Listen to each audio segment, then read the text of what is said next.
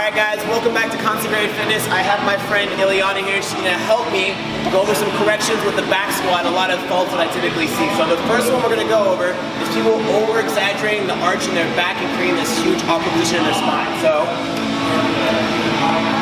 typically what people do is when they squat, they think they try to keep their chest up, and when they come down, they create this huge arch in their spine. And obviously, you don't want your spine in any awkward position like that. So typically what I tell people to do is brace their core down and suck their tummy really tight, and then bring their chest forward slightly, and then sit back in the squat. So it keeps your spine a little more neutral. So let's see it. Better. Nice. So the goal is every time, keep that tummy tight, chest forward a little bit, and then sink down. Next big issue is people let their knees come straight over their toes versus creating that torque and driving their knees out. So what I want her to do is, let's do an example of pushing your knees forward first.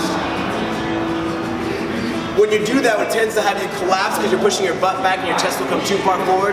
But rather, I would much rather her drive her knees outwards and create that tension in her legs so it creates room for the hips to go down.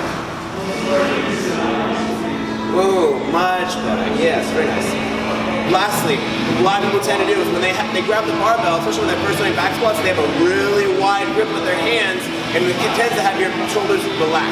You don't have to demo this one, but typically the tighter you get in with your arms, naturally the more you shrug up and create that tension in your shoulders. So having your hands really close is really good. Now, go ahead and rack it. Thank you very much, Ileana. One last thing.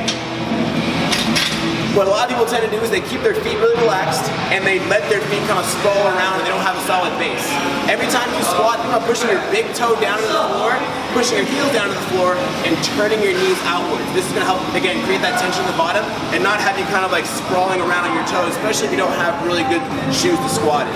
Alright, so those are 4 quick tips for you guys. If you guys have any questions or comments, make sure you leave them down below in the comment section. Thanks, Ileana. I'll put her at somewhere in the video. We'll see you guys next time.